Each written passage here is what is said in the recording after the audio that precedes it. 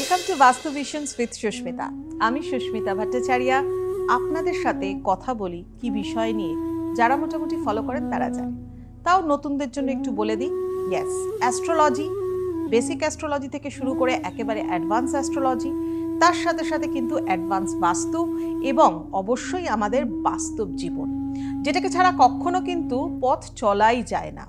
একদম ঠিক কথা, কারণ আমরা না এই যুগটা আমরা তো এই পুরো ট্রান্সফরমেশনটা দেখলাম, আমরা যে যুগে সেখান থেকে এই ট্রান্সফরমেশনটাকে অ্যাকসেপ্ট করতে গেলে নিজেকেও কিন্তু একটু আপগ্রেডেশন করতে হয়। আর এই আপগ্রেডেশনটার জন্য কিন্তু দরকার হচ্ছে বাস্তব লাইফটাকে, বাস্তব জীবনটাকে খুব সুন্দরভাবে চিনে নেওয়া। চলুন আজকে আপনাদের সাথে একটা বিশেষ গুরুত্বপূর্ণ জীবনের একটা অনেক বড় পার্ট নিয়ে আলোচনা করব। কিন্তু তার আগে একটুখানি বলে দিই, আমার এই ভিডিওগুলো আপনারা কেন দেখেন বা কেন দেখবেন বা আগামী দিনে কেনই বা ফলো করবেন আর কেনই বা সাবস্ক্রাইব করবেন, তার জন্য কিন্তু এই ভিডিওটা ভালো করে আপনাদেরকে ফলো করতে হবে। ভালো করে মন দিয়ে ভিডিওটা দেখুন, যদি আপনার কাজে লাগে, যদি আপনি মনে করেন আপনার জীবনের সাথেও কিছুটা মিলছে বা আপনার জীবনে এগুলোকে অ্যাপ্লাই করলে পরে ভালো হতে পারে, তবে অবশ্যই বলবো বেল আইকনটাকে প্রেস করতে, সাবস্ক্রাইব করে দিতে এবং প্রত্যেক দিন ফলো করলে পরে আপনিই লাভবান হবেন। যাই হোক, আজকে শুরু করি। আজকে আমরা শুরু করব দাম্পত্য জীবন নিয়ে। খুব ইম্পর্ট্যান্ট একটা জায়গা, জীবনের খুব গুরুত্বপূর্ণ একটা জায়গা, সেটা হচ্ছে রিলেশনশিপ, স্বামী স্ত্রীর রিলেশনশিপ। জীবনের প্রথম দিন থেকে সেই সম্পর্কটা কিন্তু শুরু হয় না। আপনি যখন জন্মেছেন তখনই কি সম্পর্কটা শুরু হয়েছে? না। অথচ অন্যান্য সম্পর্কগুলো, সব কটা সম্পর্ক, সে বাবা কাকা থেকে শুরু করে জ্যাঠা জেঠি, মা বাবা দাদু দিদা, সব সম্পর্কগুলো, ভাই বোন, সব সম্পর্কগুলো কিন্তু জীবনের প্রথম দিন থেকে শুরু হয়, রক্তের সম্পর্ক। কিন্তু কিছু সম্পর্ক আছে যেগুলো জীবনের পরবর্তীকালে গিয়ে যখন আমাদের জ্ঞান বিদ্যা বুদ্ধি আমরা বাস্তবের মাটিতে প্রবেশ করি তখন হয়। তার মধ্যে একটা হচ্ছে দাম্পত্য জীবন, আরেকটা হচ্ছে বন্ধুত্ব, ইয়েস, ফ্রেন্ডশিপ। তো আজকে আমরা বেছে নিচ্ছি দাম্পত্য জীবন নিয়ে একটু আপনাদের সাথে আলোচনা করব। খুব বাস্তব কথা বলতে গেলে এখন যেটা সবার মুখে মুখে শোনা যায়, ঠিক আছে ভাই, তোমার সাথে তোমার মিলছে না, আলাদা হয়ে যাও, সেপারেট হয়ে যাও, সেপারেট হয়ে গিয়ে দুজনে দুজনের মতো লাইফ লিড করো, খুব ভালো থাকতে পারবে। খুব পরিষ্কার কথা, খুব বাস্তব কথা, খুব কি বলবো, প্র্যাকটিক্যাল কথা, যাতে জীবনটা আমরা ভালোভাবে কাটাতে পারি। কিন্তু আমরা যখন সম্পর্কে প্রবেশ করি তখন আমরা কেউই কিন্তু মন থেকে ভাবি না যে এই সম্পর্কটাকে শেষ করে দেব। চেষ্টা করি কিন্তু আপ্রাণভাবে সম্পর্কটাকে টিকিয়ে নিয়ে যাওয়ার জন্য। দেখুন, এই সম্পর্কের ভেদ বা ডিভোর্সের ব্যাপারটা এখনকার দিনে দাঁড়িয়ে আমি যেটা দেখছি, আমি আমার ক্লায়েন্টদের থেকে যেটা দেখছি, সেটা দু রকমের। একটা হচ্ছে বিয়ের পরপর ডিভোর্স, এই 1-2 বছর 3 বছরের মধ্যেই ব্যাস হয়ে গেল, আলাদা হয়ে গেল, মিললো না, থেকে নিলাম 1 বছর, বুঝে নিলাম যে আমি এখানে ভাই ম্যাচ করতে পারবো না, আমার পক্ষে সম্ভব নয়, আমার মনের মিল হচ্ছে না, বা আমি তাদের সাথে ঠিক মতো নিজেকে আন্ডারস্ট্যান্ডিং করতে পারছি না, দুজনে দুজনের থেকে সরে গেলাম। আবার আরেকটা ধরনের সম্পর্ক বা ছেদ হয় বা ডিভোর্স হয়, সেটা হচ্ছে বিয়ের অনেক কাল পরে গিয়ে কিন্তু আবার এই পক্ষে অনেকে হয়তো বলে, ভাই এত বছর ধরে সম্পর্ক করলে কি করে, এত বছর ধরে সংসারটা করলে কি করে, রিলেশনশিপটাকে মেনটেন করলে কি করে, হঠাৎ করে সেই মানুষটা খারাপ হয়ে গেল, এটা কি কখনো হতে পারে? এটা অনেক মানুষ কিন্তু এই ধরনের ব্যাপারটাকে ভাবতে পারে যে সম্পর্কটা হঠাৎ করে কি করে খারাপ হয়ে গেল, তাই না? আমরা কিন্তু অনেকেই কিন্তু এই ধরনের কথা আলোচনাও করি। এত বছর সংসার করার পর এখন মনে হলো যে ডিভোর্স করব। তাহলে দেখুন, আপনারা কোর্টে গিয়ে দেখবেন যে সমস্ত ফ্যামিলি কোর্টগুলোতে এই ধরনের ডিভোর্সের মামলা চলে, তাদের মধ্যে কত ধরনের প্রবলেম, কত কিছু ওঠে। আমরা অত জটিলতায় না গিয়ে জটিলতা তৈরি হওয়ার আগে আমরা কি করতে পারি সেই বিষয়গুলো নিয়ে একটু আলোচনা করব। একটা খুব ইম্পর্টেন্ট কথা বলি, যেটা আমার এই মুহূর্তে মাথায় খেলে গেল, যেটা না বললেই আপনাদেরকে পারছি না। সেই কথাটা হচ্ছে খুব বাস্তব কথা, ভীষণভাবে এরকম ধরনের। ধরে নিন সম্পর্কের একটা জায়গায় দেখবেন হাজব্যান্ড ওয়াইফের মধ্যে রিলেশনশিপ অনেক বছর বাদে গিয়ে খারাপ হতে শুরু করলো। একটা কথা আছে জানেন তো, যেটাকে বলা হয় middle aged crisis. Middle age crisis ব্যাপারটা কি জানেন? একজন পুরুষ, তার বয়স হয়তো হয়ে গেছে 45, কি 46, 48, আমি 50 ধরে নিলাম, তারপর থেকে তার 55 ইয়ার্স অবধি বয়স, এই রকম 45 to 55 ইয়ার্স বয়সের মানুষ, তখন সে অলরেডি কিন্তু তার জীবনে এস্টাবলিশড হয়ে গেছে, তার জীবনে এস্টাবলিশমেন্ট হয়ে গেছে। মানে most of the cases, exceptional পার্সনও থাকেন যারা হয়তো 40-এর পরে শুরু করছে, যারা 50-এর পরে গিয়ে শুরু করে জীবনে অনেক উন্নতি করেছেন, এরকমও আছে। তবে আমি যেটা মানে কমন ব্যাপার সেটাকেই বলছি। তো সেখানে দেখা যায় অনেক সময় সংসারের দায় দায়িত্ব সমস্ত কিছু কিন্তু তিনি পালন করছেন, তার ছেলে মেয়েদের প্রতি দায় দায়িত্ব, তাদের স্ত্রীর প্রতি দায় দায়িত্ব, সমস্ত কিছু পালন করছেন, তাদের ফিউচারকে সিকিউর করবার জন্য কি করতে হবে সব কিছু কিন্তু ফলো করছেন। কিন্তু খুব বাস্তবভাবে দেখবেন এই বয়সের মানুষদের কিন্তু ডিভোর্সটা বেশি হয়।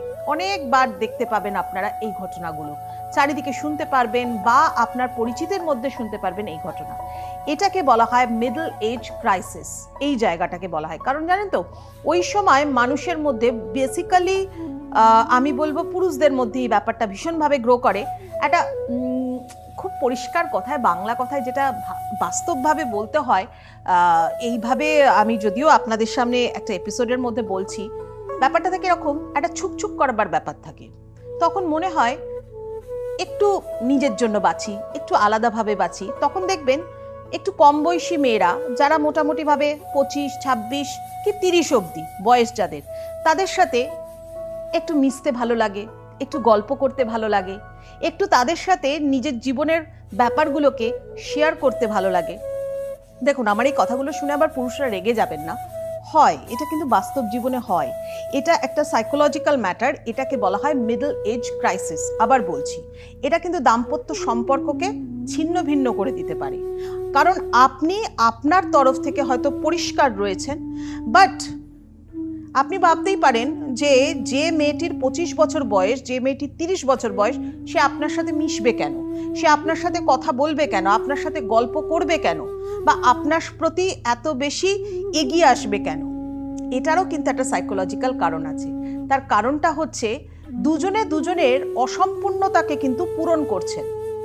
অনেক সময় এই ব্যাপারটাকে যদি আরো খুব সিরিয়াসলি নিয়ে যাওয়া যায়, তাহলে সেটা হয়তো একজন পূরণ করছেন ফিনান্সিয়ালি, আরেকজন পূরণ করছেন কিন্তু মেন্টালি অ্যান্ড ফিজিক্যালি। এই ব্যাপারটাও কিন্তু ঘটনা ঘটে থাকে। দেখুন, আমি একদম বাস্তব জীবন থেকে তো আলাদা নয়, সমাজের মধ্যেরই পার্সন। তাই সমাজকে বাকি রেখে বা সমাজে যে ঘটনাগুলো ঘটছে সেগুলোকে ছেড়ে দিয়ে আমার অ্যাস্ট্রোলজিক্যাল প্রোগ্রাম কখনো হতে পারে না। আমি জানি হয়তো অনেক মানুষের মধ্যে এই ব্যাপারটা আসতে পারে যে সুস্মিতা, এরকম কি শুধুমাত্র পুরুষরাই করে থাকে, মহিলারা করছে না? করছে, নিশ্চয়ই করছে, তাদের কথাও আর একটা ভিডিওতে বলবো।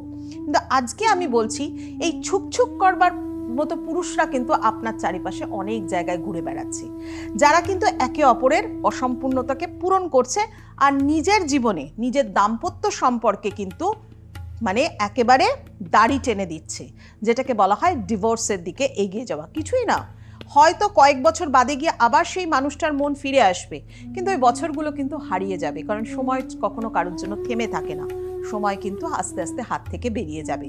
কারণ আপনি যার কথা চিন্তা করছেন না, তারও মন কিন্তু অন্যদিকে ঘুরে যেতে পারে।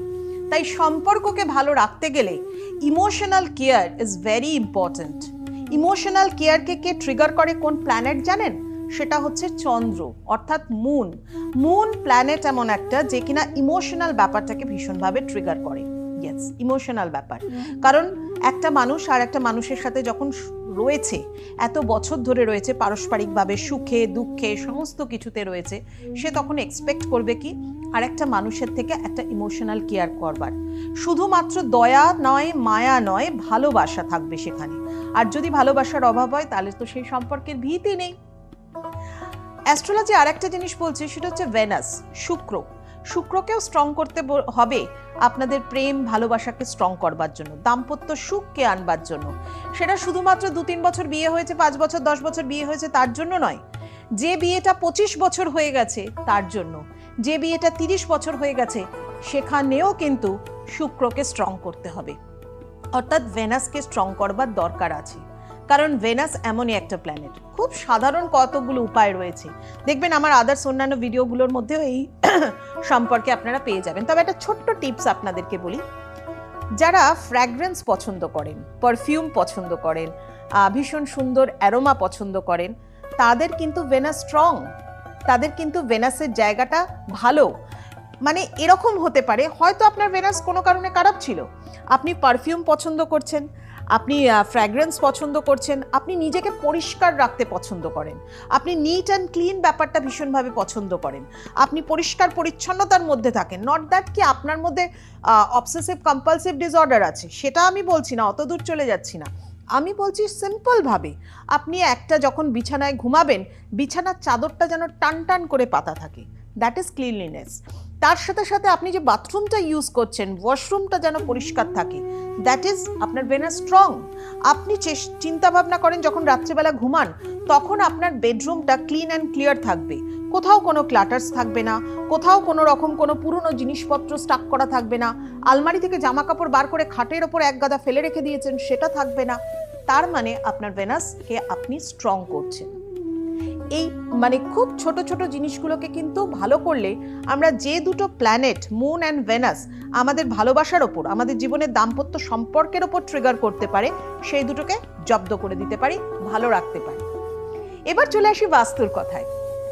বাস্তুর ক্ষেত্রে বেড যখন আপনি প্লেসমেন্ট করছেন, বেডটা ওয়ালের থেকে একটু সরিয়ে প্লেসমেন্ট করবেন। আর বেড কিন্তু কখনো না, অনেকে রাউন্ড বেড ইউজ করেন, রাউন্ড বেড কিন্তু খুব একটা ভালো হয় না বাস্তু মতে, কারণ বেড সবসময় রেক্ট্যাঙ্গুলার বা স্কোয়ার শেপ হতে হয়। বেডের মানে আকৃতি যেটা হবে, বেডের যে শেপটা হবে বা ফর্মটা হবে, সেটা কিন্তু অবশ্যই কিউবিক্যাল বা ওই ধরনের কিউবার টাইপেরই হবে, কারণ বেডের ভেতরেও কিছু নিচের কিছুটা স্পেস রাখতে হয়। হ্যাঁ, আজকালকার যেরকম আমরা হাইড্রোলিক বেড ইউজ করি, বেডের ভেতরে জিনিসপত্র বক্স আছে, তার মধ্যে আমরা জিনিসপত্র স্টাফ করতে পারেন, কোনো অসুবিধা নেই।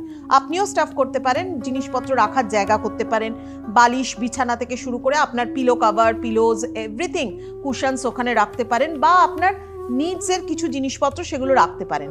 নট দ্যাট কি আপনি কোনো সিজার্স রাখছেন, কাঁচি রাখছেন, বা আপনি হয়তো সেখানে কোনো রকম কোনো পুরনো ঘড়ি জিনিস রেখে দিচ্ছেন, এরকম জিনিস কিন্তু রাখবেন না, সম্পর্ক কিন্তু খারাপ হবে। অর্থাৎ কোনো নেগেটিভ ভাইব্রেশন কিন্তু অ্যাকিউমুলেট করবেন না।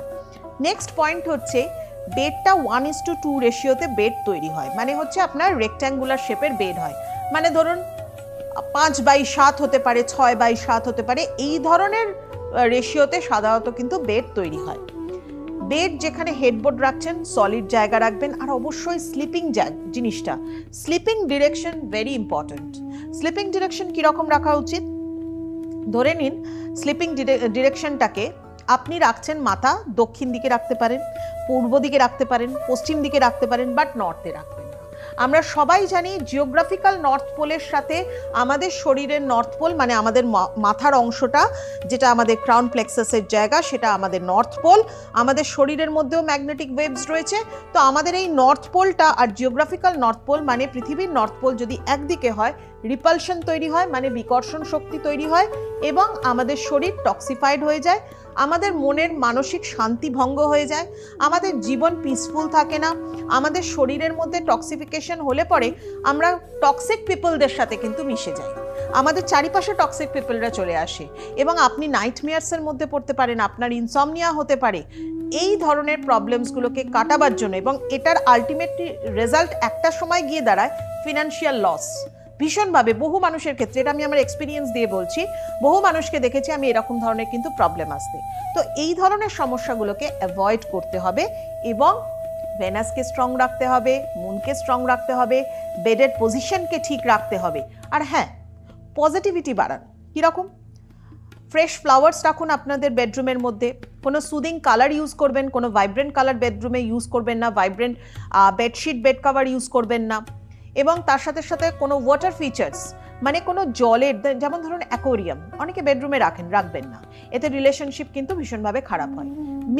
মিরর কোথায় রাখবেন? মিররও কিন্তু বেডরুমে রাখলেও নর্দার্ন সাইডে রাখবেন, চেষ্টা করবেন নর্দার্ন সাইডে রাখবার। খুব অসুবিধা হলে পরে ইস্টার্ন দিকে রাখতে পারেন, কিন্তু সাউদার্ন সাইডে কিন্তু মিরর কখনোই রাখবেন না, that is very much highly inauspicious, ভীষণভাবে অশুভ। ওটা রাখবেন না, ঠিক আছে? এতে সম্পর্ক ভালো থাকবে। আমরা চেষ্টা করব সম্পর্কটা খারাপের দিকে যাওয়ার থেকে, মানে আপনার বাড়িতে আপনার হাজবেন্ড, তার মধ্যেও যদি এই ধরনের ব্যাপারটা এসে যায়, মিডল এজ ক্রাইসিস, যেটাকে অন্য বাচ্চা বাচ্চা মেয়েদের প্রতি তাদের একটু ভাবটা ছুকছুক ভাবটা চলে আসে, সেই জিনিসটাকে যাতে না আনতে হয়, তার জন্য কিন্তু অবশ্যই আপনি কেয়ার করুন আপনার সংসারের, আপনি কেয়ার করুন আপনার নিজের, এবং আপনি কেয়ার করুন আপনার বেডরুমের, আপনি কেয়ার করুন আপনার রিলেশনশিপটাকে। আমরা আমাদের রিলেশনশিপটাকে অনেক ভালো রাখতে পারি, এইভাবে রাখতে পারি। এবং দায়িত্ব শুধু একজনের নয়, একটা রিলেশন তৈরি হয় দুজনের দ্বারা, দাম্পত্য সম্পর্ক তৈরি হয় দুজনের দ্বারা। তাই রিলেশনকে ভালো রাখবার জন্য দুজনেরই রেসপন্সিবিলিটি নেওয়া উচিত। দুজনকেই কিন্তু ভালো থাকতে হবে, দুজনকেই কিন্তু রিলেশনশিপ ভালো রাখতে হবে। আমি যাদের জন্য উদ্দেশ্য করে বললাম, তারাও যেন তাদের রিলেশনশিপটাকে মেনটেন করবার জন্য, যদি এই ধরনের ক্রাইসিস তাদের জীবনেও ঘটে থাকে, সাইকোলজিক্যালি নিজেকে বুস্ট করবার চেষ্টা করুন। দেখুন, নিজের কাউন্সেলিং নিজে চেষ্টা করুন আয়নার সামনে দাঁড়িয়ে করবার, আপনি ভালো থাকবেন। যাই হোক, পুরো ভিডিওটা দেখে যদি আপনার মনে হয় যে এই ভিডিওগুলো আপনার জীবনের সাথেও জড়িত, বাস্তবের কথার সাথে জড়িত, এবং অবশ্যই অ্যাস্ট্রোলজিক্যালি বাস্তুভাবে আপনি ভালো থাকতে পারেন, এই ভিডিওগুলোকে ফলো করে তবেই আমার চ্যানেলটা সাবস্ক্রাইব করবেন। আমি প্রথমেই বলে দিন আমার চ্যানেল সাবস্ক্রাইব করে দিন। আমি বলবো আগে যদি মনে হয় আমার চ্যানেলটা সাবস্ক্রাইব করবার মতো, ভিডিওটা পুরো ফলো করবার পর তারপরে চ্যানেলটাকে সাবস্ক্রাইব করুন, এবং অবশ্যই প্রত্যেক দিন নোটিফিকেশন পান যে নতুন নতুন ভিডিও, নতুন নতুন তথ্য, সেগুলোকে জীবনে কিভাবে অ্যাপ্লাই করবেন। অনেক কথা বললাম, যদি ভালো লাগে তাহলে ফলো করতে থাকুন। আজ থেকেই আসি, আজ এই পর্যন্তই।